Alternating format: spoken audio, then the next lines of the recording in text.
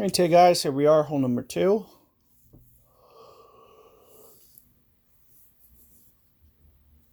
Now, one of the things that you could attempt to do, if you'd like, is try to hop it right off the overside here.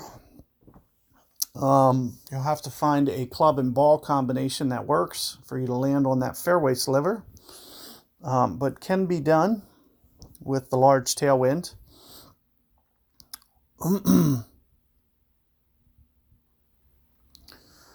One of the things that I find here is really going over to the left-hand side like this. There's no real value in going over here in any regard. So much better to go over to the right, give yourself a straight look. You know, even if you try to beat the ball down there as far as possible, you know, it just never quite makes it to where you want. So what I try to do is right around 5 on the top spin. We are going to come in on the power a little bit. As you can see, it looks like I'm maybe about 12 rings from the rough edge. However, I do think this will land too far. So that's one of the biggest things here. You're going to see that I'm going to kind of come off of this because I know that it's just going to launch and it's going to kind of carry to lower ground as well. So here you can see that I'm just trying to basically land up towards the top and hopefully stop it before this rough. So you can see, now keep in mind, if that wind was a 9 something, I might not be able to even go that much power.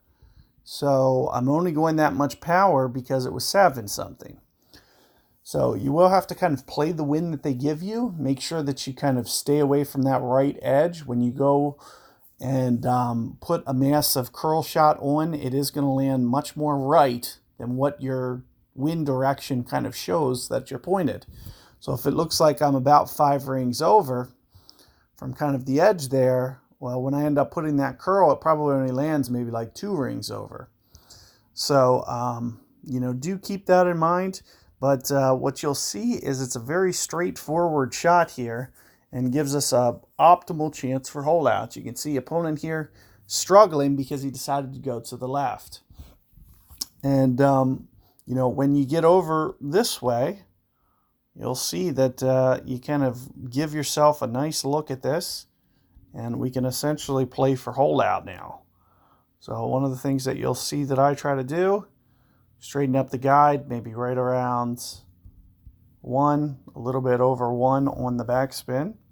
Should be able to crank that up just a little bit higher because I do think there's going to be a decent amount of run out here.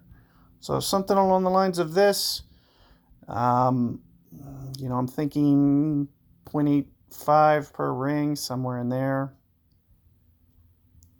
Almost 10 rings in this situation.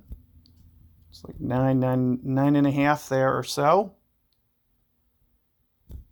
Perfect ball. And at the very least, you know, it's a much more straightforward approach. You're going to see that more than not, you're going to be given a good opportunity to be able to get that eagle. And, you know, you won't have to really fight too much when you get that tee shot pulled over. It makes that second shot a ton easier. So it's a really good chance for you to be able to, you know, get that eagle. So hopefully you guys can get it. Good luck, and I'll see you guys on 3.